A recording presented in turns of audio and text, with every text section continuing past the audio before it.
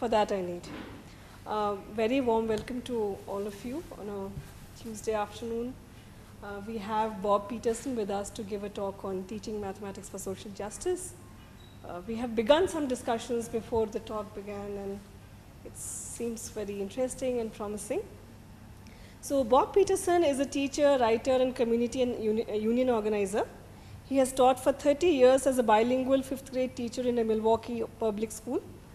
In 1986, he was a founding editor of the journal Rethinking Schools. He also founded La Escuela Fratney, an innovative anti-racist two-way bilingual public school in Milwaukee. For the past 4 years, he served as president of the Milwaukee Teachers Education Association. He actually has written multiple books and edited books, written chapters for books. He edited Rethinking Mathematics, Teaching Social Justice by the Numbers. He has also edited several other books, including Rethinking Columbus, Rethinking Globalization, Rethinking Elementary Education, and Transforming Teacher Unions, Fighting for Better Schools and Social Justice. It's over to Bob to give the presentation. He will take roughly around 1 hour to make the presentation, and then we have the time for question and answer. Thank you. Thank you. Thank you so much for the invitation. It's a real privilege to be here. My wife, Barbara Miner, who is in the back, has been traveling with me for the last month in India, and we love your country. People are very friendly, and we're still trying to figure out all the complexities of this large country. And so today, I'll be speaking on teaching mathematics for social justice. I'll start by giving a little bit of background about me and the school in which I've worked for many years.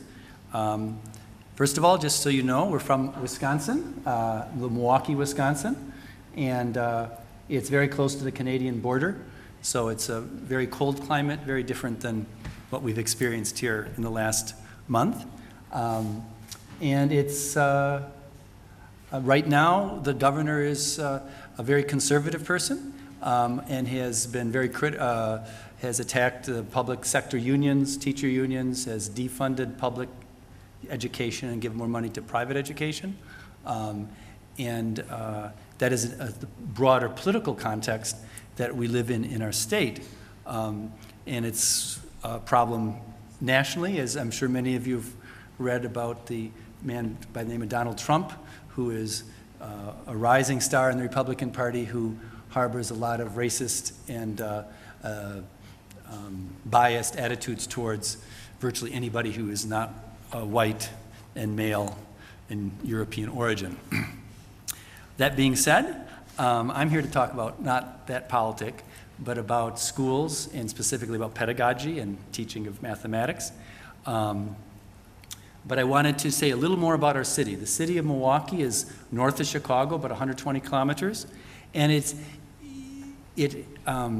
is the most segregated city in a metropolitan area in the nation. Out of the 102 largest metro areas, the black and white residential segregation where people live, it's the most extreme.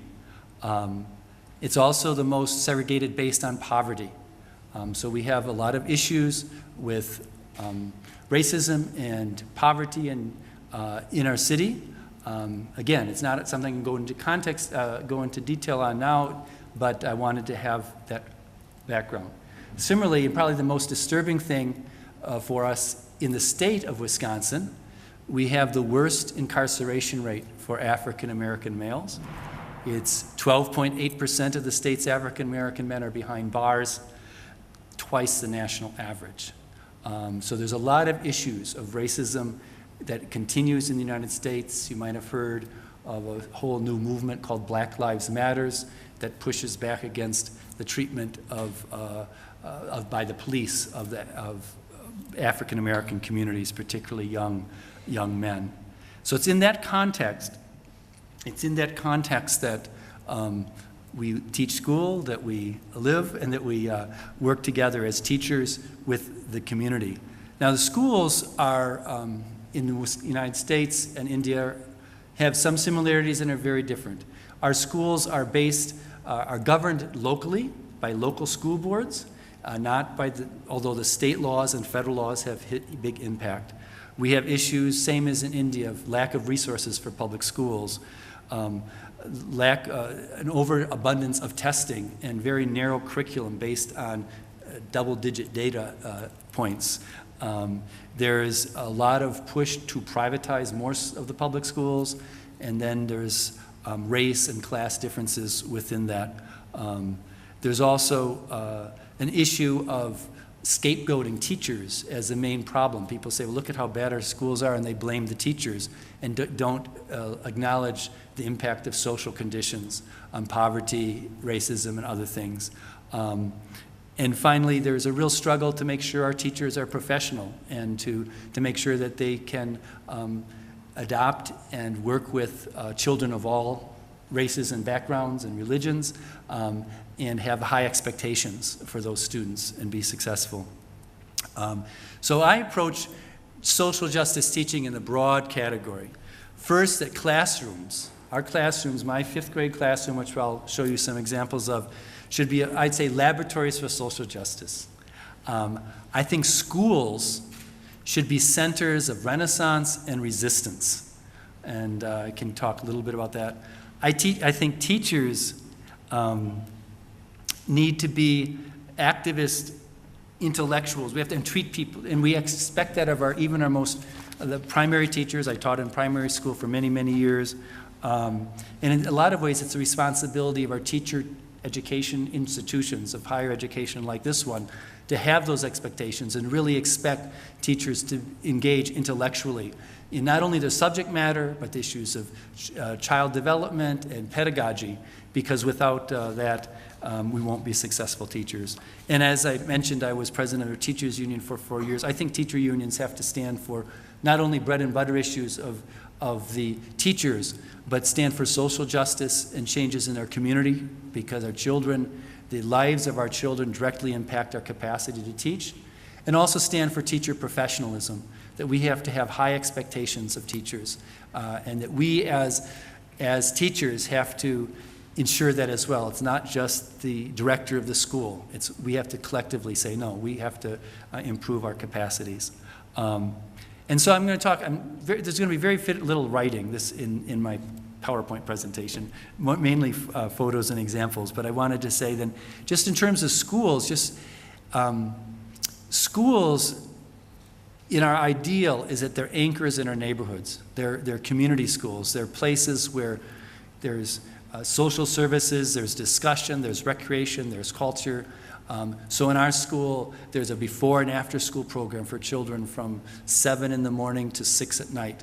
And there's classes for adults, parenting classes, English classes if they want to learn English, and so on. It's also a place where schools should be a community of learners. It should be democratic. I actually believe in democracy. I like to say that we should have civic courage. We should act. I'm going to try to figure this out. I just hit OK. Oops. Okay. I'm okay. You're okay. Whoops. Yes. That's fine. And I'll just continue. We should have civic courage. We should act as if we live in a democracy. Everybody thinks America is a great democracy, and there's a lot of great things about our country, thanks to the people who've struggled to make it great over the years. But democracy is under attack at all levels.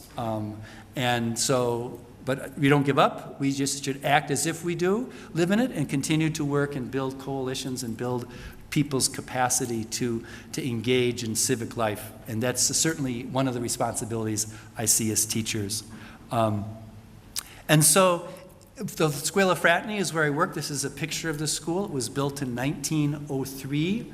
Some of my 5th grade students, speaking of their lack of math, asked if I was alive back then. I was not alive in 1903. But I hope I lived that long, But it was the first dual language school in Wisconsin, where we have 50% Spanish dominant students speaking, 50% English dominant students. And when we started it, it was a community struggle. We said it should be innovative, anti-racist, and multicultural. And so this is an example of some of my students. In 5th grade, there's 2 5th grade classrooms, and maybe 25 or 30 in each of the classrooms. And for, I have a partner teacher who is, mother's tongue is Spanish, and for 2 weeks, one group of students, the blue group, are with her, and then in 2 weeks, they switch and are in my English environment. So there's a Spanish environment and an English environment. And so you'll see some of my examples are in English and Spanish, depending what the situation is. One of the I strongly believe that all children should have the right to learn at least 2 languages, including their mother tongue. In the United States, people are very ethnocentric and geocentric and English-centric, and so that's not something that's very popular in our country. But our students at our school are, the Spanish-speaking students come from Mexico, Puerto Rico, Central America, some of South America. And the English-speaking students are predominantly African American or European American, with a few Native American and a few Asian Americans. Any of the pictures that are really good, my wife Barbara took. She's a photographer.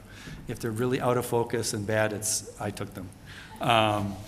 So anyway, this is just a few examples of my wonderful students.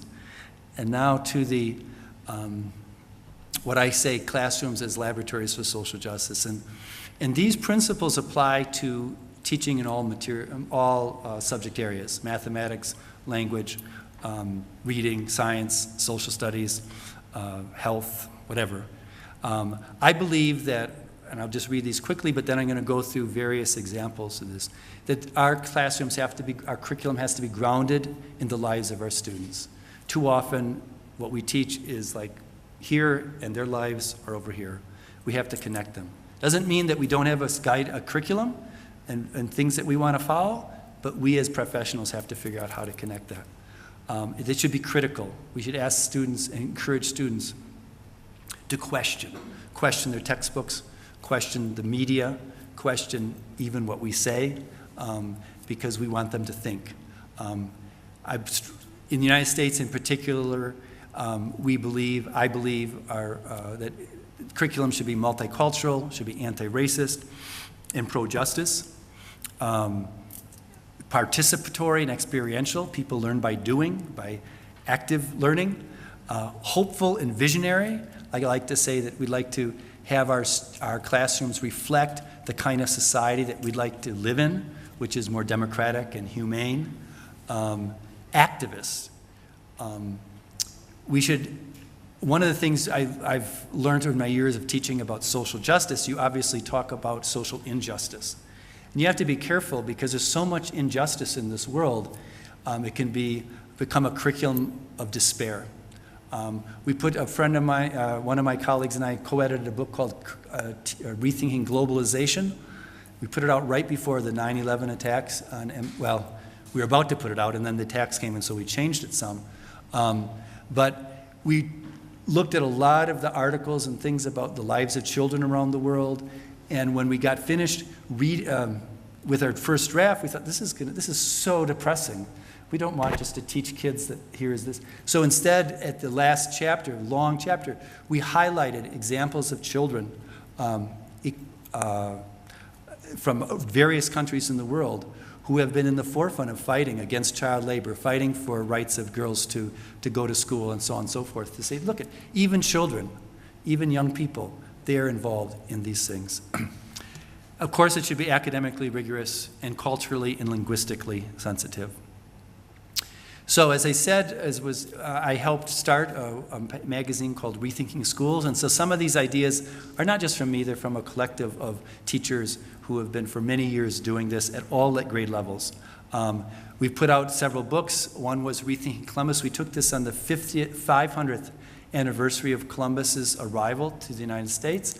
I mention this because that is sort of the founding myth of our society, that the Europeans came and who were all educated and civilized and transformed our country. That's, of course, a huge myth, and we unpack that in that book, Rethinking Our Classrooms. And then I mentioned the Rethinking Mathematics book was mentioned, and also our newest book is A People's Curriculum of the Earth about global warming in particular, and ideas for how to teach that to children and young adults. So, first thing I'm going to talk about is grounded in the lives of our students.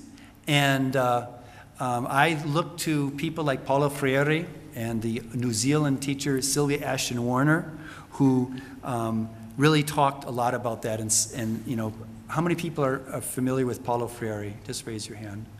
Okay. So he was from Brazil, worked with adults and was very successful in teaching reading and literacy based on the lives of the adults. And he was exiled after the United States CIA overthrew the government in 1965. He was out of the country for 20 years, but there's a lot to learn from him. Sylvia Ashton Warner worked with Maori children in New Zealand, and Paulo Freire talks about the need for generative themes. She talks about organic teaching, and they talk a lot in terms of literacy on this issue, but I think the same applies for mathematics. And in fact, I had the opportunity to meet Anita Rampal from the University of Delhi, who put out this book. If people are familiar with this book, if you are, raise your hand. Numeracy Counts. And she wrote that unless we approach numbers in terms of what they mean to the learner, what numerical operations signify to learners, we would wholly skip Freire's methodology applied in the case of teaching words. So Freire's point was you have to have words that are meaningful to people's lives. Well, numbers is the same. We have to have numbers. We have to use numbers in ways that are really meaningful for their lives. And that means it meaningful both in terms of exchanges at the local store or measuring for a fence, but also meaningful in terms of their social condition. And we'll talk more about that. So in my classroom, my students start by doing an autobiography. This is one example, My Mexican Life. They write about their neighborhood, they write about their ancestors, they write about their family, and they also write about numbers in their lives. So they start a chapter, it's called Numeric Me, and they write about all the important numbers. And so they go home and they look everywhere, whether it's their telephone number or the number of siblings or their relatives or cousins. And by my whole point at the beginning of the school year is to get them to understand that numbers surround them, that mathematics is everywhere. And I push them. So, okay, well, how many people are in our city? How many, how much money is spent on our school? I mean, we push in terms of things that don't come naturally for a fifth grade student. They're ages 10, 11, and 12. We also then put up, in the school, in the bulletin board, give examples of that from the newspaper, how numbers are everywhere. This is an example, this is in my room, the student is standing on a stool, and if you look on the very top, I'll have a very out of focus picture here on the very top. This is a number line in my classroom. It starts 2015, and it goes all the way around, if you can imagine, 3 walls, and it goes to 1400s. And in every year, there's a little hole punched in the bottom of this, and then the students put cards up of different things that happen. They start by putting cards up of when they were born. So there's like 25 cards under 1 or 2 years. And then when their parents are born, and when their grandparents are born. And then when we study history, when we look at a newspaper article or read a book and we find a date, they put it up on the card and throughout the year. And it's really, there's so much math involved in that. Well, how long ago did that happen? Well, how many years was between this and that? Estimates about, is that realistic? I mean, before I tell them how old I am, I ask them to estimate when I was born. And so children, some kids will. 1860. And some kids will, I mean, they really believe it. Now they go, it's, so anyway, but it also shows that even in literature books, in news stories, there's just numbers everywhere and it can connect it. And the whole concept of time is, there's studies showing that most Americans don't know when our Civil War was. They can't place it within 20 or 30 years, or many Americans, I won't say most, but, and so it's one example of bringing numbers into their lives. The next thing that I do right away is what I call classroom surveys. And it's a way for the children not only to experience the various types of math and graphing, but also to get to know themselves and their colleagues and their classmates better. And so, for instance, this is an example of how in the classroom I would start. There's 26 students in the class. And as a good teacher, I model what I expect students to be able to do. So I'm modeling this. Each student gets a sheet like this with all their names. And we did this together. What is your heritage? And we do this on a screen so people can see it. So the heritages are African American, Mexican, Salvadoran, Puerto Rican, German American, Panamanian, Puerto Rican and African American combined, Puerto Rican and Russian and Italian, various.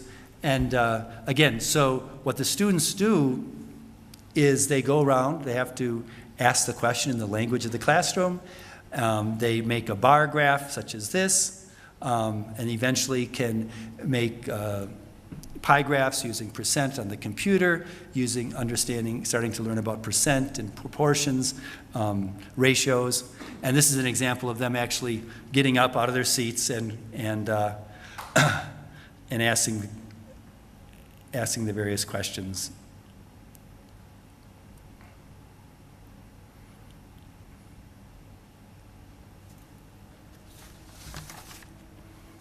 A whole variety of students.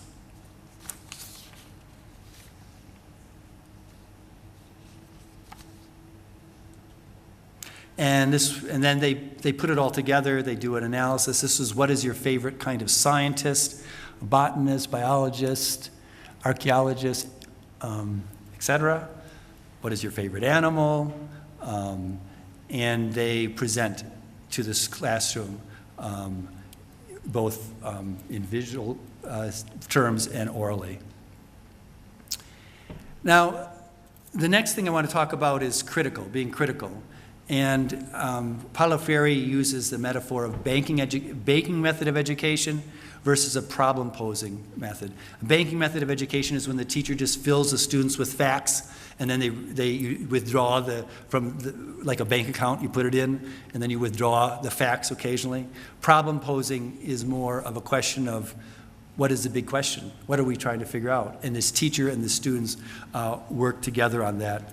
I have in my classroom a spiral notebook that just says questions we have. And throughout the school day, throughout the year, if a student asks a question that we can't stop and focus on, I just give them the notebook, they write it down, we come back to that. The one thing it does is it acknowledges the power of questions and try to get students to ask questions. Some 10 and 11 and 12-year-olds have trouble formulating a question that's not a yes or no question. And this is part of getting them to think critically. So one of the things I do is every week I start the week off with a song of the week. And there's a singer by the name of Tracy Chapman who has a wonderful song called Why. And there's 4 questions she asks in this song, which the kids really like. They like the song, the questions we talk about. Why do babies starve when there's enough food to feed the world? Why, when there's so many of us, are people still alone? Why are missiles called peacekeepers when they're aimed to kill? And why is a woman still not safe when she's in her home? And those questions don't have easy answers. I let my students know that we're going to be asking a lot of questions throughout the year, and And we have to figure out those different people have different opinions of those, and we have to look at the facts to see. So the first one I usually start, why do babies starve when there's enough food to feed the world? I put up a number from UNICEF, about like 20,000. I ask about this, and this is like how many children die on a daily basis around the world due to causes that could be, things that could be easily solved, certain diseases or not having access to clean water, et cetera. And we estimate how many schools of like our fraternity, which has 450 students, would it take to be equivalent to the number of kids who die every day. It's a little, you might say, well, it's a little morbid or whatever, but in fact, this is a real world. I mean, why shouldn't, I think we as teachers have a responsibility to let students know what's going on in this world. They aren't going to learn it from the mass media advertisements that go on in their lives on TV. And then students are of course, their big question is why? Well, you're right, that's a good question. And I tell them, I can't tell you the answer. It's something we have to think about together.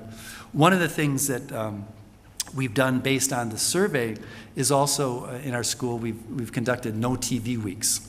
That is no screen time. For a whole week, no student should watch any TV. This is like asking a student to cut off their arm in my class. And they can't imagine that people lived before television. I mean, because what would you do with your life, right? So one of the years I said, well, if we can come up with 500 different things you can do besides television, I will kiss the floor. And they worked very hard, and they did actually come up with 500 different things. And then based on our survey, some of the kids one year wanted to, let's survey all the students in our school about their TV habits. And so they did, fourth grade screen time habits. And they did bar graphs and circle graphs and percentages. They found out that, this is in fourth grade, 30 of the students have TVs in their bedroom, and 15 don't. And they have the number of video game systems. And in this whole process, we talked about, well, what's the impact of that? What is the impact on your younger? And not so much about them, because for a 10-year-old or 11-year-old, of course, nothing impacts them. They are completely in control of their world. But then what influence does it have on your little brother or sister? Oh, yeah, well, then they think that they only solve problems by beating up people or shooting people. And we have some good conversations. Now, I'm going to go back. One of the biggest issues that we face in talking about this kind of curriculum is on whether or not this curriculum is considered biased, and what should be the role of professors at the universities, teachers at the secondary school, teachers at primary schools, about talking about these things.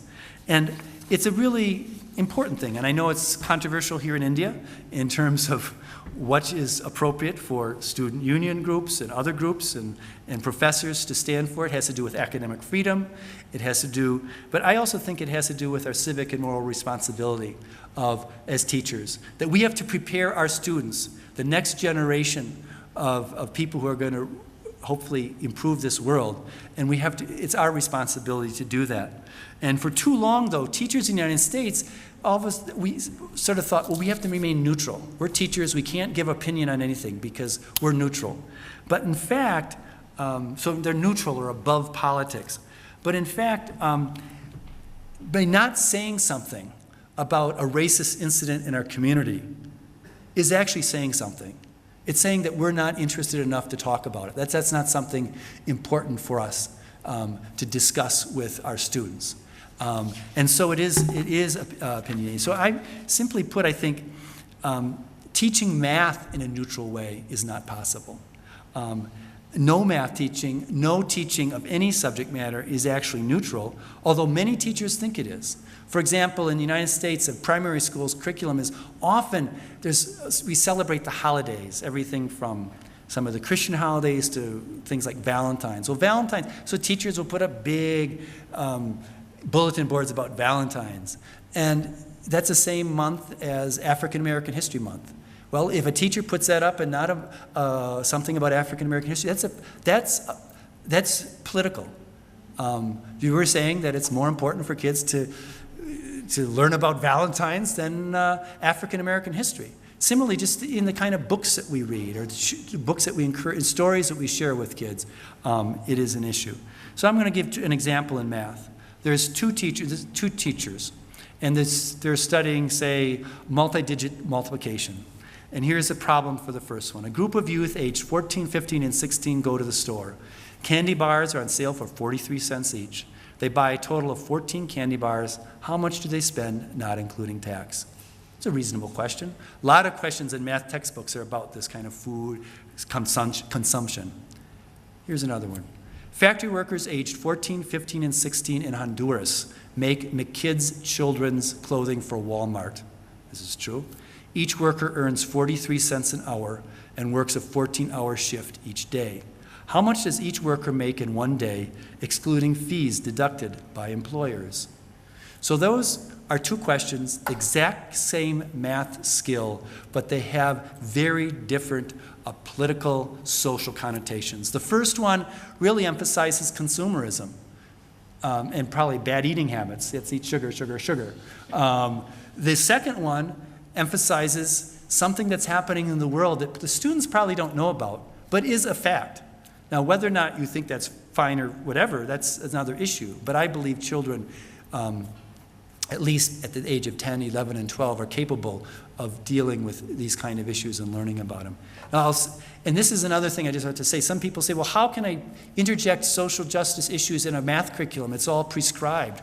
Well, actually, what's prescribed usually are the skills and the themes. We're going to do geometry, we're going to do various, kinds of calculations and so on and so forth. Well, then interject. Just put in questions that are going to relate either to social justice issues broadly or even more powerfully, social justice issues right in the community and the neighborhoods that our children are living. And so I mentioned that 9/11, we were putting out a book called Rethinking Globalization.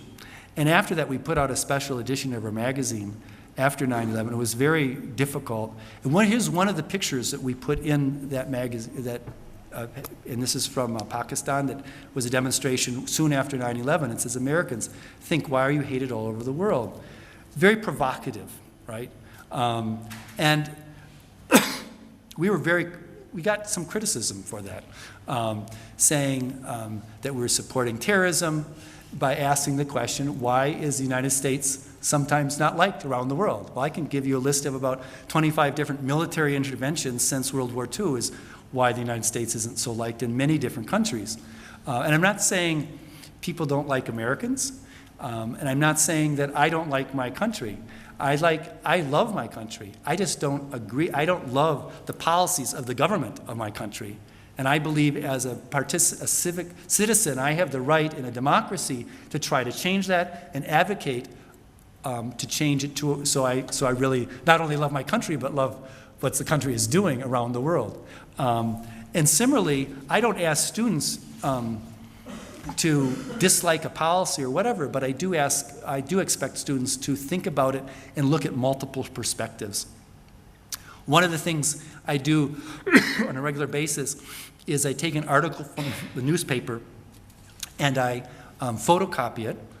This is assuming people have access to such things, or project it, and then just have kids in a yellow marker note all the different numbers.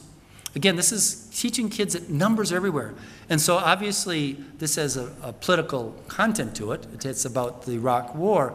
But there's everything from a decade and a half to billions to trillions, large numbers. And so we talk about this. When we read the article together, we talk about, and this is not even in math class. This is in social studies class, but we really emphasize that if we don't understand numbers, we cannot understand the world. And I was just, it's a very easy thing to do. I was looking at some newspaper recently here in India, examples of numbers that are available for teachers every day. I mean, your newspapers are filled with graphics and numbers. I particularly like this one. It's a little out of focus. I took it, not Barbara. It's about the International Monetary Fund and how China and India, with 37% of the world's population, will account for only 8.7% of the voting share of IMF. And then this is the whole list, and you can see India is listed with 2.6%, 18% of the world's population and only 2.6% of voting share, almost similar to Canada, which has a 0.5%, I mean, 0, excuse me, percent. This is so filled with mathematics. One could spend many, many lessons about it if one is teaching percent. Similarly, I have to show this picture. This is from the Starbucks in Mumbai, where it showed coffee grown in the region between the two topics called the coffee belt, and then you can see you are here, Mumbai, India. And this is, of course, the Mercator's projection map. And India looks very small there. Greenland looks really huge. But in fact, India is 1.5 times larger than Greenland. And I saw actually a recent advertisement for some bank or something in India that used a similar kind of projection. Kids are fascinated with maps, and especially when it's not fair to their country. And think about the ratios and other types of teaching and learning that can take place depending on, now, that being said, all maps have distortion because you have a round world and you're plastering it on a flat piece of paper. But the question is, whose distortion? And certainly historically it's been Europe, North America, the North that has been the powerful one. As I mentioned, we put out this book, Rethinking Globalization. You can see our focus. It seems like everything in the world is becoming commodity. And one of the things that kids are very familiar with is clothing and their sports equipment and their soccer ball and so on. And so one of the questions we ask is, where does this come from? And so they find out, they look in their back of their shirt or their canvas bags, and then they put the name of the place it's from on the map of the world, and so with the little post-it notes. And that's the beginning of a lesson about sweatshops around the world. And I provide information in the book about 11 different countries, including the United States, where there's mainly younger people, youth, child labor.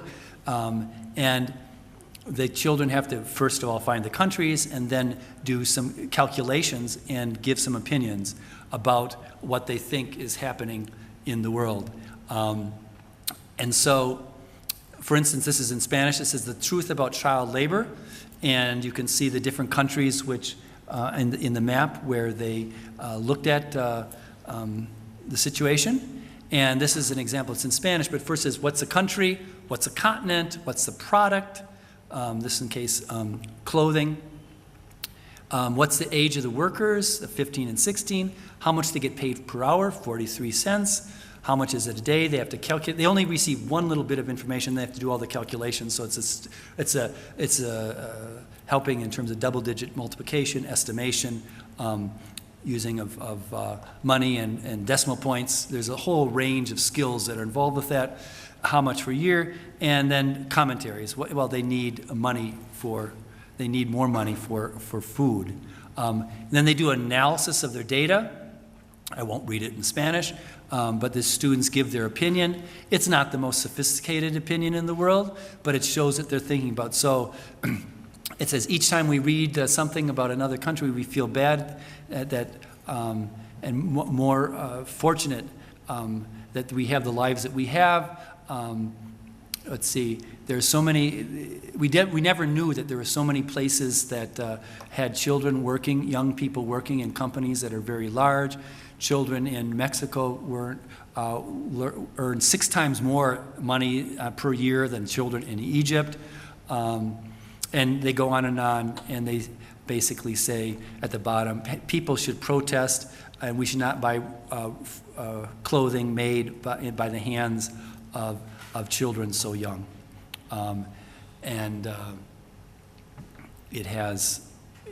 Kids really like these kind of projects. And all of a sudden, they see math as something much more important than just so that they pass a test or they get into the next grade. They see it as really relevant to their understanding of the world. So another feature of a social justice classroom is problem posing, anti-racist, critical, activist. I mean, it's a lot of big words, but each one is important. And I'll give you an example. This is a very short story, but several years ago, I was doing, it is in a history class, where I was talking about our first president, George Washington, and I mentioned that he had 310 slaves, and he's on our dollar bill, of course, and another student said, Thomas Jefferson had slaves too. I said, that is right. And then a child raised her hand and said, let's see, I have to quote this because it's so unbelievable. She raised her hand and she said, Bush is a slave owner too, George W. Bush. And I said, no, George Bush does not own slaves. Slavery ended in our country in 1865. But then another student raised her hand, well, how many presidents did own slaves? And I said, well, I don't know, put it in the book. How many presidents, our book of questions we have. And they persisted. I said, well, if a group of people want to help study this, we can. You'll have to stay in for recess because we can't really because we have a curriculum to follow, and it's just, at that point I was just, whatever. So 4 boys, actually, usually they like to run out recess, decided to stay in. And the first thing I did is I said, well, go to the back of our dictionary, and they have a list of all the presidents, and make a list of the first 16 presidents, because I knew Abraham Lincoln was the 16th president, and he was president during the Civil War. And so we did that. And then we tried to find information in our social studies textbook about presidents and slavery. Well, there's nothing mentioned about anybody. And so we contacted different people, and we looked on the internet. This is 15 years ago, so it wasn't as friendly. But I'll show you, this is one example of a book, a social studies book that did mention slavery. It says, Jefferson owned several slaves in his lifetime and lived in a slave-owning colony, yet he often spoke out against slavery. Well, nothing is more certainly written in the book of fate than that of these people are to be free. And then I said, I talked, well, what does word several mean? Well, it really means 2 or 3, right? Okay, so, well, this is from a book by a professor, Lies, my teacher told me, and it says, textbooks stress that Jefferson was a humane master, privately tormented by slavery, opposed to its expansion, not the type to destroy families by selling slaves. In truth, by 1820, Jefferson had become an ardent advocate of the expansion of slavery to the Western territories, and he never let his ambivalence about slavery affect his private life. Jefferson was an average master who had his slaves whipped and sold in the Deep South. By 1822, Jefferson owned 260 slaves, much more than several, wouldn't you say? During his life, of hundreds of different slaves he owned, he freed only 3, 5 more at his death, all blood relatives of his. Yes. So our students came up with this, which students, after several weeks of work, which presidents owned slaves. What was interesting to me is we had to add 17 and 18 because even presidents after Abraham Lincoln had been slave owners. And so we did some math calculations. And the total number of years, number of slaves, and ultimately we did what I call a textbook detection form, that we broke up into groups and looked to see if our 500-page U.S. history textbook mentioned that if any president who had slaves, they didn't mention it at all. And so finally, one of my students, I won't read the whole letter, but wrote on behalf of the class to the head of the textbook company. And she said, I'm a 5th grade student in Escuela Fratney. I'm 11 years old, and I like to read and write. While I'm writing, I notice every little word, and in your social studies textbook, I realize the word racism is not in your book. You're acting like it's a bad word for those kids who read it. You act like teachers are going to show it to little kindergartners. But children are going to hear that word racism at some point in their life. They're going to hear it in middle school and say, oh yeah, I heard that word, but I do not know what it means. They might as well learn it in 5th grade. than in high school and even know what it means. I see that you do not mention that some presidents that had slaves, but some of them did. Like George Washington had 317 slaves. So did Thomas and Jefferson. He had 267 slaves. If you want to teach children the truth, then you should write the truth. The children should really know the truth about the presidents. Or do you know the truth about the presidents? Did you know that some presidents owned slaves? Because my class has done research about presidents of the slaves. We have found out that John Adams did not have any slaves. We have also found out that 10 out of 18 of the first presidents did. In math, we figured out that 69% of the years between 1789 and 1877, we had a president who had been a slave owner. So all that I ask you is that when you write another social studies book, please put the truth in the book so most of the kids who read it will know the truth. And can you put the word racism in the book also? Kids need to know about that too. So that was an example of them learning something that was bad, but then taking action. Of course, every day after we mailed it, did a response come? Did a response come? Now we've mailed, my class students have mailed things to authors many times, and rarely do we get a response. But in fact, this time we did get a response. It was from the vice president of the company. It says, "Thank you for your recent letter, Michelle, regarding the Harcourt-Brace Social Studies, United States. It is always a pleasure to hear from students and teachers using our textbooks." Okay, the first issue about racism wrote about concerns, the absence of racism in your text. While the word racism does not appear, the subject of unfair treatment of people because of the race is addressed on page 467 when segregation is explained. The topic is further explained in relationship to the prejudice experienced by Asian, Mexican, and European immigrants on pages 495 and 498, etc. I won't, what can I say? So even though the word racism is not used in the text, the concept is addressed. I'm sure you'll agree that that's the most important thing. The second issue you wrote about concerns the fact that some United States president owned slaves. There are many facts about presidents that are not included in the text, simply because we do not have room for all of them. I congratulate you and your classmates for doing independent research. Another source you may want to use is Harcourt-Brace Learning Site, and so on and so on. Best wishes. The students, when they got this letter, they were thrilled that they got the letter, and they were outraged at the response. They then subsequently wrote another letter, which never was responded to. But it really made them think that, yes, textbooks, one, have to be looked at critically, and two, math is very powerful. And me as a teacher, I did not know these things. That's one thing I love about primary school and teaching all the subjects. I learned so much. So similarly, when we studied the war in Iraq over several years, unfortunately it's gone on for many, many years. One year my students decided they wanted to do a Kids Against the War club. We met during lunchtime and after school, not during official work hours on my part. And they and their families sometimes then went and protested as part of a peace movement. I did not vote for him, she says, some of the students at the protest. And so I'm going to conclude by saying that, give one more example of having classrooms, this time participatory, experiential, hopeful, and visionary. And this is when my students do a thing about unequal distribution of wealth, okay?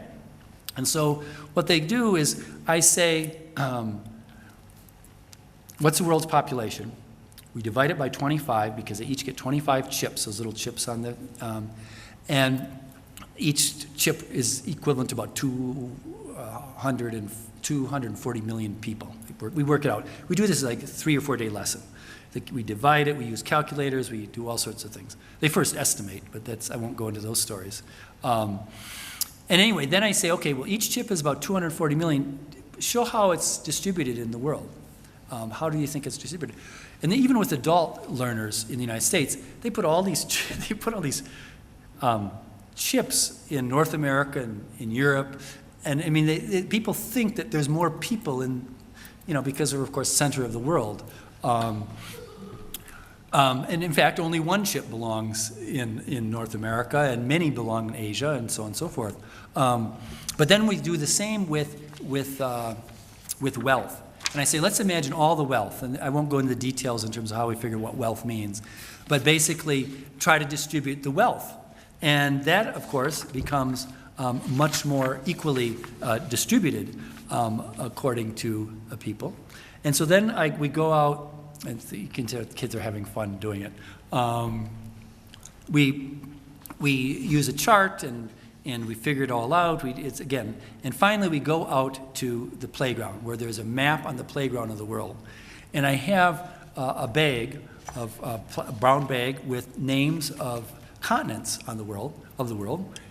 And in there, for 25 students, there's 16 that say Asia, one that says North America, one that says Latin America, 3 for Europe, and 3 for Africa. That's the relative ratio of people who live in the world. If you had only 25 people, 16 of them would be in Asia. 1 would be in North America.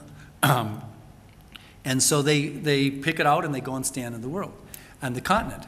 And then one of the person is a negotiator, one person is a bag that says resources, and I say, okay, now according to what we calculated in the class, I have chocolate chip cookies, and people are going to get the chocolate chip cookies based on how wealth is distributed in the world.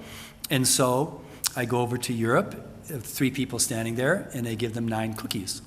I go to Africa, and there's 3 people there, and I take a cookie, break it in half, and give them that. I go to North America, they get 8 cookies. Actually, it's Canada and United States. I say in Latin America, which includes Mexico, they get 1 cookie. And in Asia, they get 6 cookies.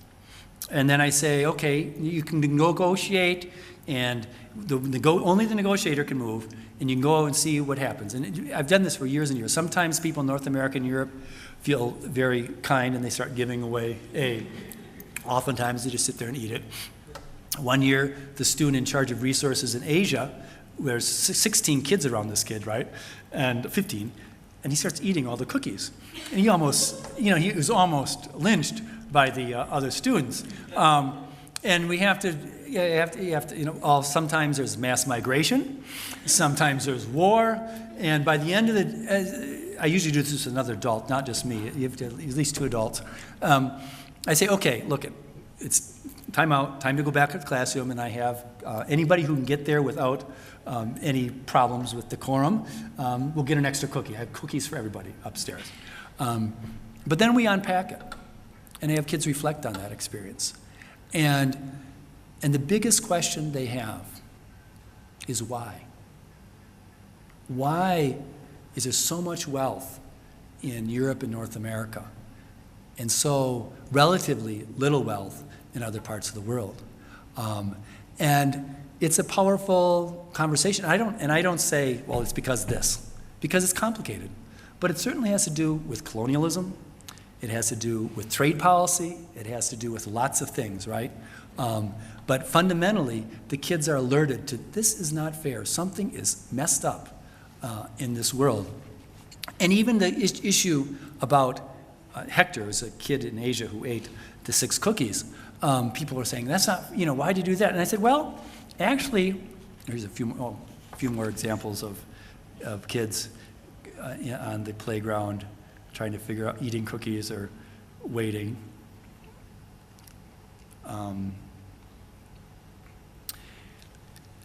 I say, well, actually, in Asia, in all countries, it's not distributed equally.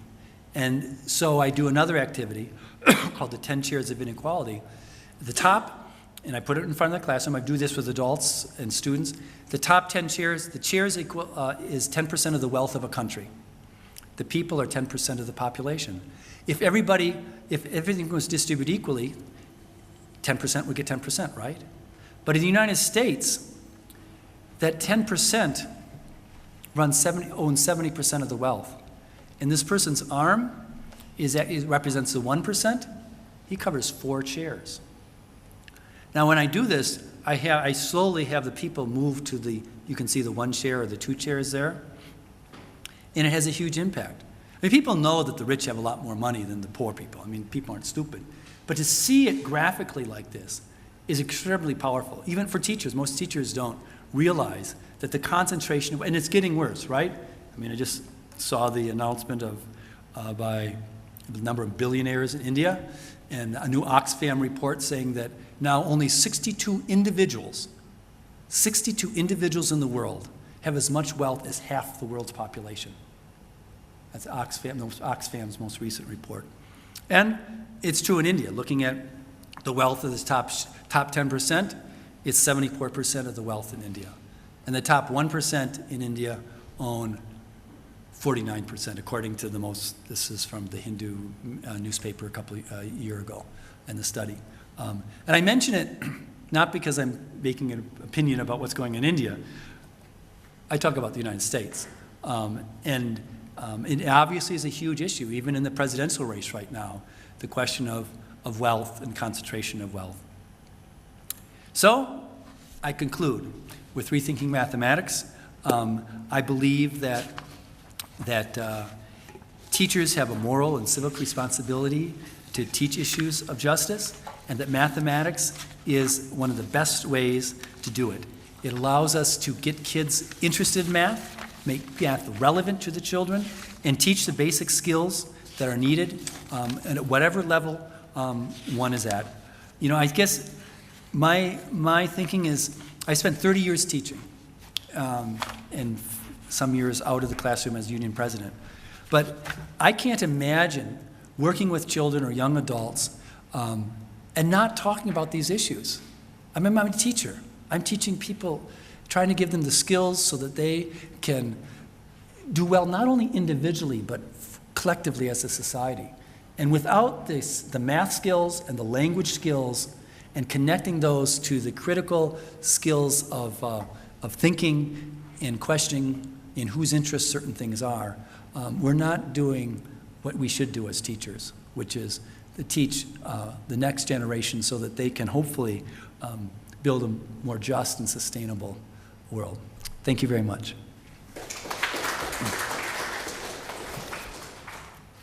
Questions or comments?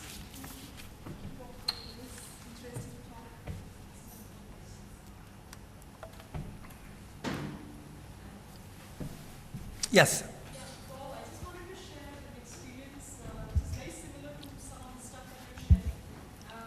There is a small place near Bangalore where some government school teachers were encouraged to try using maths to solve some of the malnutrition, related issues in the area. And one of the teachers actually, the idea was that the children will start calculating their own body mass index, and they will use their own height and weight. This is class 4 students. And the teacher started out by saying, "Can you guess what my weight is?" And the students had all sorts of wrong information, and there was a lot of laughter. And then she got a weighing machine and they did their own weight. And then she said, "Now can you guess what my weight is?" And they were almost correct. So I thought it was like very interesting and very similar to the stuff that you're also trying out. Yeah. Right. It's interesting because in the piece that the children do for their autobiographies, Numeric Me, the numbers in my life, we measure how tall they are and their weight, although I'm very sensitive about weight issues. Because in the United States, especially, there's a lot of issues with overweight, and so it's all voluntary. I mean, if a child doesn't want to be weighed, they don't have to be weighed, because I don't want somebody making fun of them. But it's true that kids are fascinated about all sorts of numbers that connect to their lives. Other comments or questions? Sure. So you were talking about a curriculum that is rooted in the lives of children, right? An often heard argument is also that it need not necessarily be so, because by restricting, in a sense, the curriculum to experiences that the children in their immediate vicinity have, probably you're missing out on other stuff which could actually explain the same concept better. I'm not saying it's true or false, but often in several, gatherings we do hear this line of argument saying that it need not necessarily be rooted. So, what is your experience? Well, I think there has to be a balance. I find that if kids can connect their experiences, their own personal experiences, to the broader curriculum, they'll do it'll be easier for them to understand some of the curricular concepts that are broader, both in terms of the skills, whether it's reading or math, and also the concepts. And so they're, so different ways, different times, the curriculum sort of more centers on the individual, their family, the community, and then other times it's way out there. I mean, it's not directly connected. But you take a lot of science issues, you take issues of physics, they all can be connected back to the individual or to their house, their home. Am I answering your question? Yeah? I mean, not that you need to agree with me, but I really believe the kids are so proud when they can connect some concept with something in their life. And yeah, I'll leave it at that. Other comments or questions? Oh, certainly you must have a comment or question. As part of the common core curriculum in math, how much space, there are certain things that are regulated, isn't it, in the schools? Yes. So within that, or is there a sensitivity even within what is prescribed to the issues that you brought up, or does the teacher have that space? That's one question. The second is, at the primary level, it seems quite amenable, the approach you suggested. But at the middle school and high school level, is it quite possible to deal with concepts adequately through this approach? Good question. Yeah. Okay, so sort of two questions. Depending on the school district and the school, the curriculum is more prescripted or not. Interestingly enough, in poor schools and poor neighborhoods, there's more prescription. For middle-class schools and richer or private schools, it's much more open and children can explore and do more projects. So I, as a teacher who has taught in an inner city or poor school most of my life, all my professional life, I believe that those children should have the opportunity that more middle-class and more affluent students have in their more project-based kind of schools. I also believe ultimately it's the best way to teach students skills. That being said, part of it is, like that project around sweatshops, that took 4 days, and it did mean that some of the official curriculum had to be condensed, or I had to make sure it overlapped with the skills that were being taught. Math curriculum in the United States tends to spiral. I mean, we come back and touch on some of the same subjects for many, many years. Interestingly enough, we don't do anything like that about teaching kids to be anti-racist or anti-prejudice, because that's not something important in our society. So the other thing I just think is it's important to build a community of teachers, hopefully with a director of the school or principal of the school who is sympathetic to these notions. And so when teachers do go off a little bit, there's not the feedback. And that's true with parents as well. The parents need to know that the kids are, and usually the parents have, for many years, parents are very pleased with what they're saying. My kids are interested in school and math more than ever before because of this. In terms of secondary level, I'm not as well versed on that. However, actually, our book, Rethinking Mathematics, mainly deals with secondary examples. And for instance, Rico, my co-editor, his name is Rico Gutstein from Chicago, has done everything, mathematic analysis with his kids having to do with the distribution of segregation in their cities, and that to look at the data. Also, he's done work on the number of bars or taverns that sell alcohol in certain neighborhoods versus other neighborhoods and making comparison. They're very much concentrated in poor neighborhoods. And there is, in terms of geometry, there's one example of a school where the kids, they didn't have a ramp for the disabled children to come in, children with disabilities to come in, and the children did this whole project about what angles and should such a ramp be? And then they went out and got the money and built the ramp. I mean, there's small examples, but it can be done. Other comments? Yes. So, like in the case where they wrote to the textbook company and didn't get, I mean, they got one response, and for the second time they didn't get a response. Similarly, when they find that things are messed up in the world, how does it affect children? That, you know, they know these, but they don't seem to be able to change these things about the world. And I worry, will they become cynical? What will happen? So. I appreciate you saying that, and I mentioned at the very beginning that when we did the book Rethinking Globalization and we started putting a lot of articles together about conditions of the world, we took a step back and say this is going to be a curriculum of despair, and that's not appropriate. And so what we did is we looked at examples through history and currently of when young people have actually spoken out. And there is examples of that here in South Asia, you know, of a young girl who is very famous, who was shot. You know, there's a boy, Unequal from Pakistan, who unfortunately was also shot, but he was, you know, fighting against the child labor and the carpet workers. The boy got killed. Yeah, he was killed. But the girl survived. Yes, that is true. That is true. Thank you. That is true. And there has been examples in the civil rights movement in the United States and others where children have played a very important role. And so what I say to the students in my 5th grade is that one of the things we're going to do in our class is talk about social movements in the past that have fought to make our country as good as it is, to make things more fair for people. I mean, I use children language. We're going to look at social movements currently, and then in the future there will be social movements. And you will decide if you want to participate in those movements for justice in our world. And by continually letting children and highlighting the fact that there's people working to change the world, you can counterbalance the feeling of powerlessness. But I think it's a problem for adults as well.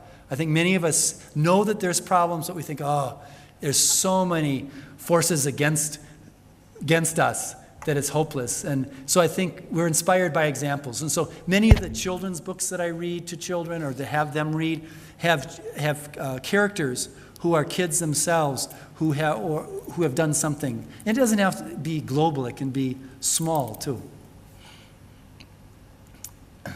Yes? This whole project-based approach, and especially bringing in concepts such as social justice, requires huge amount of sensitization, even on the teacher's part, because they can get it seriously wrong, trying out something like this, and then getting insensitive issues in, or doing it wrongly may be more harmful. So my question is at 2 levels. One is, what percentage of teachers would you say, let's say in the United States, would already be primed for something like this? And the other question is, in your teacher professional development, do these things come in? For instance, would your book, Rethinking Globalization, be part of the curriculum, teacher professional development, or anything of that kind? Right. So do the teachers get primed for this in their professional courses? I'd say, unfortunately, not enough. Certainly, most teachers have gone through traditional schooling, kindergarten through, in the United States, 12th grade, and they aren't exposed to very much of issues like this. So, and then teacher preparation colleges, actually more and more are, I think, addressing social justice issues, I would say. However, you have on that layer in the United States a long legacy of racism, and specifically white privilege or white racism, white supremacy, however you want to label it. And that takes a lot of unpacking for people to even white people to even want to talk about that issue. That's one of the reasons we started Rethinking Schools, our magazine, because we felt as a collective of teachers that these things weren't getting addressed anywhere. Schools of education, teacher unions, the administration, professional development programs.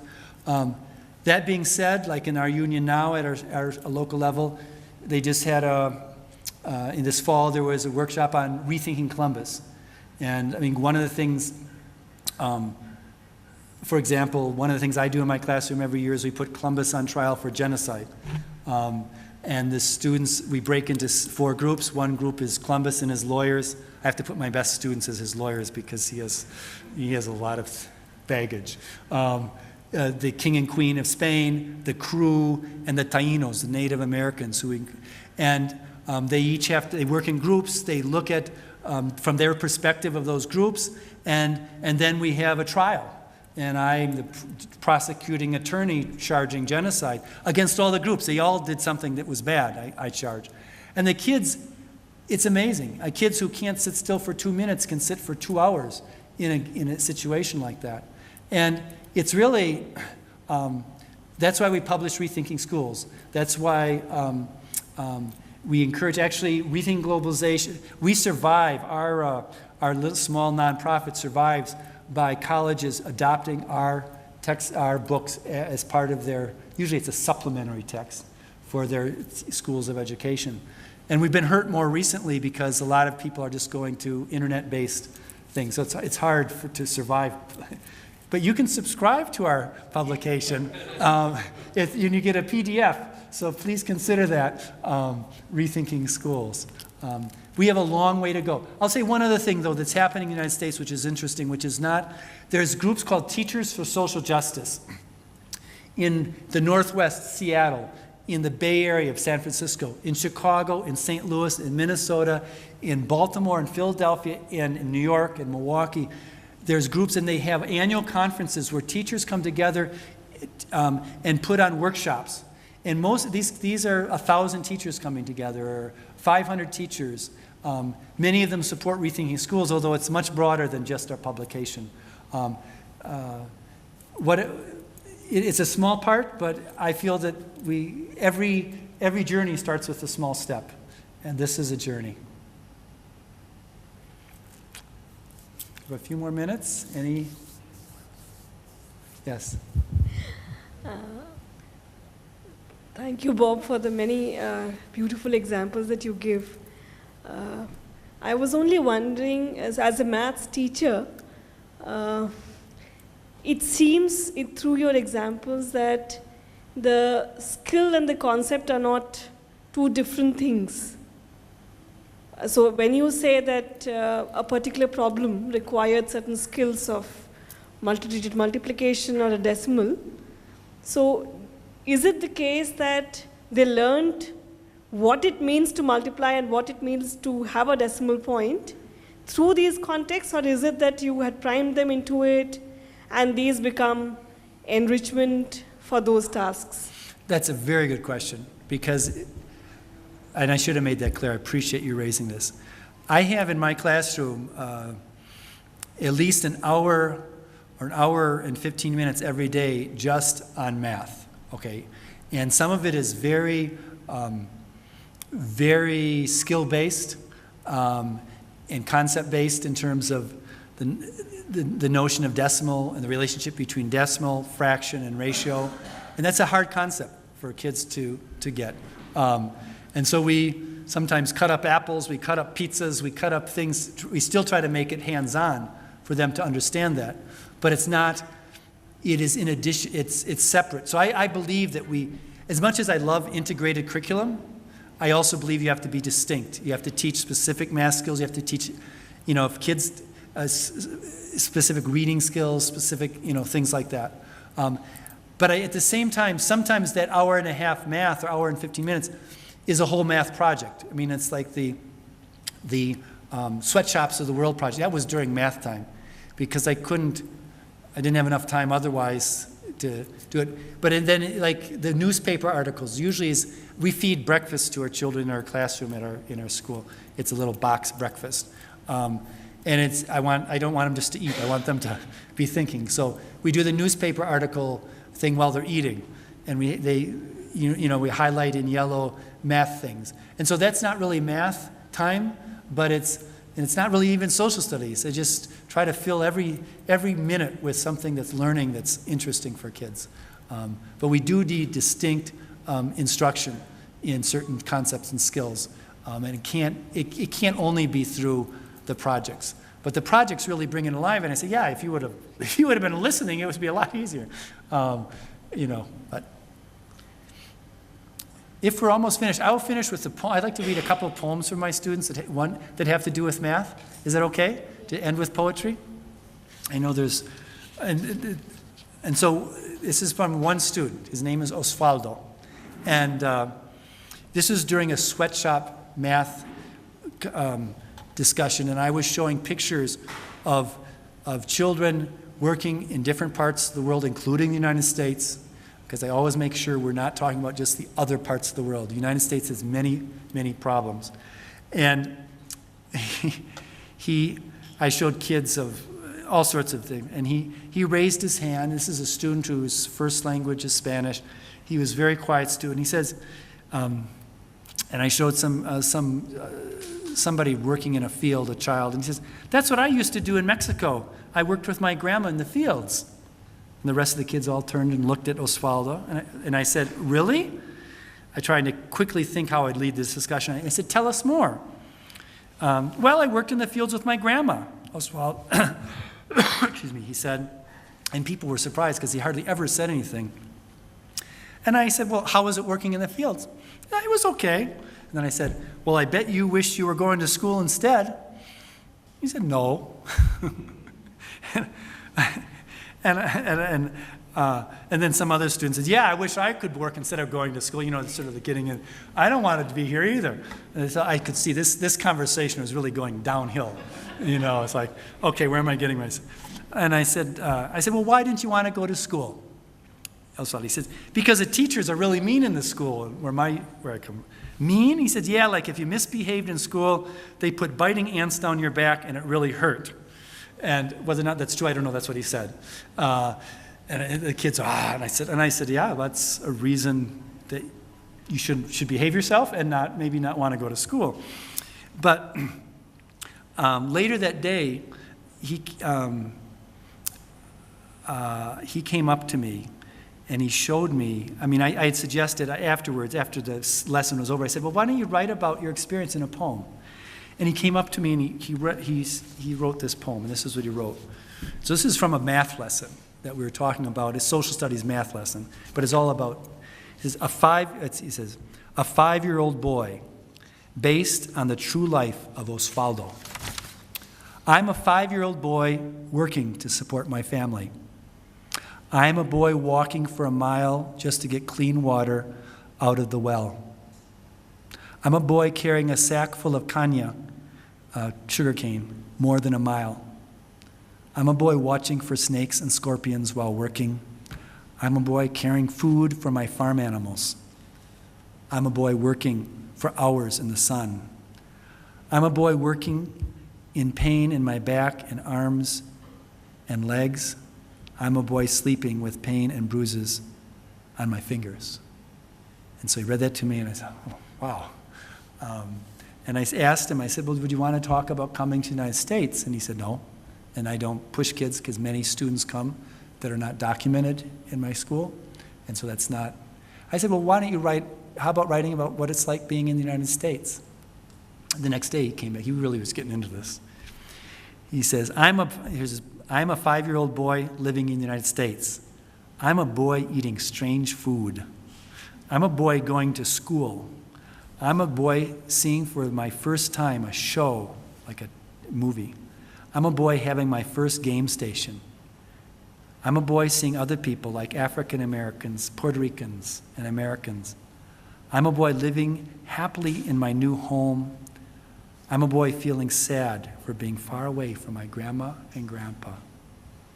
I'm a boy getting chubbier each year for not working. And I asked him, every 2 weeks, we have a sharing session in my classroom, and the kids can share their projects that they've done or poems. And so he shared it on Friday, and the entire class gave him a lot of applause. I still have one more poem. Get a little choked up reading it, thinking of him.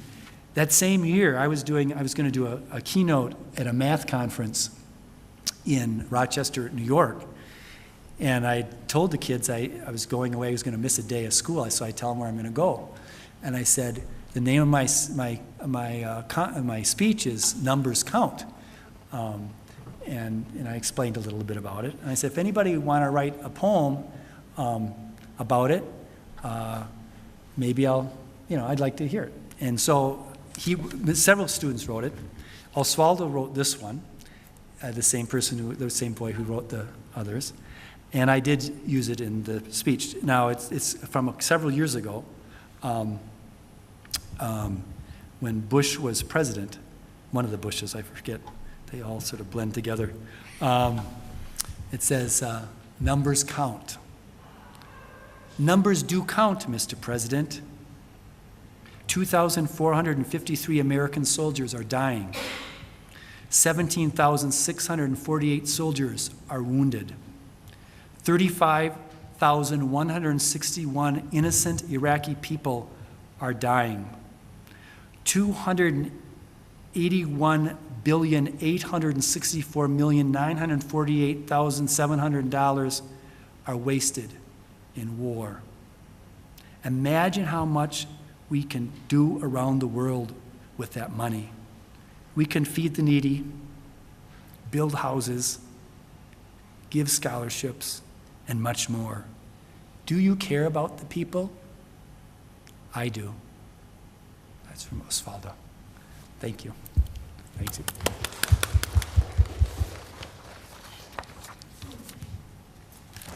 I have some cards up here if you're interested in being in touch with me. Business cards, you're welcome to take one. And thank you very much.